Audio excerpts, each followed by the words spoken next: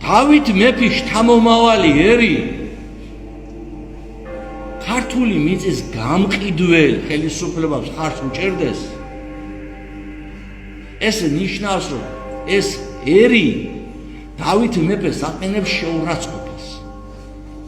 ქართული მიწის გამყიდველ ხელისუფლებას, უცხოთესლის შემომთესლებელ ხელისუფლებას ხარს უჭერდეს და დავითობას ზეიმობდეს ერი, ეს არის ფარისევლობის მწვერვალი. გვეყო ეს ფარისევლობა. პირდაპირ თქვათ, რომ გვეზიზღება ყველაფერი ქართული, კაცო ქართველებს. ვაღიაროთ ეს უნდა.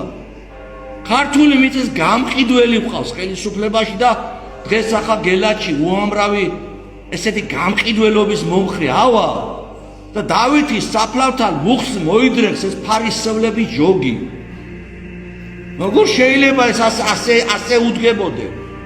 ქართული მიწებს გვიყიდია დავითმა თბილისი 400 წლის მერე არაბები გაყარა. ხმლით გაყარა ისინი არაბები. მიადგა, დაამარცხა და გაყარა. ჩვენ შემოყვავს ფულის გამო და ქალაქებს ვაშენებინებ და ტაშის ყვრაში ვართ, ხელები გვაქვს გადატყაული.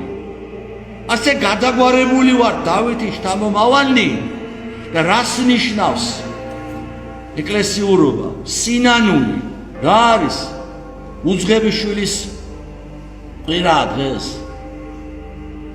უმცროსმა ცოდვილმა როცა მიხვდა, რომ ცუდად იქცეოდა, მოეგო თავსათვისაო, ანუ სინანული გაუჩნდა ცოდეთ cis მიმართ და მამაჩემის მიმართო.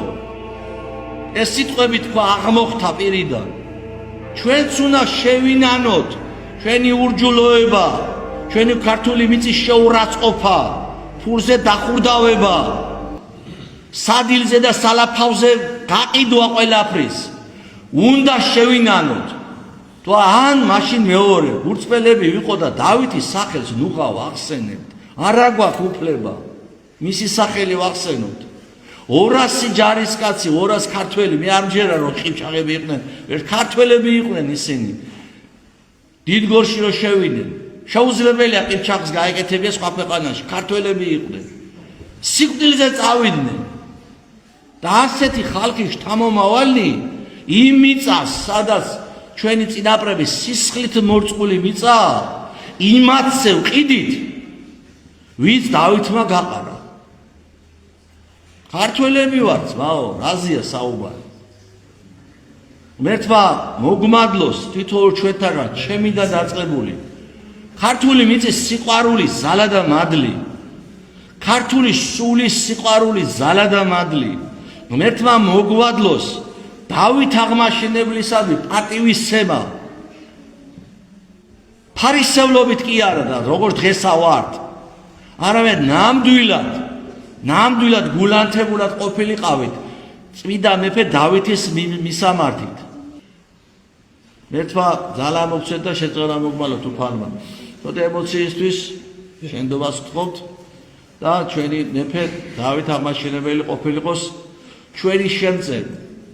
თუ ჩვენი გამოსწორება არ შეიძლება, მისი ხმალი ამოქმედებული იყოს. თუ არ შეიძლება ჩვენი გამოსწორება, დავითის ხმალი მოყვედროდეს ყველა ჩვენგანს.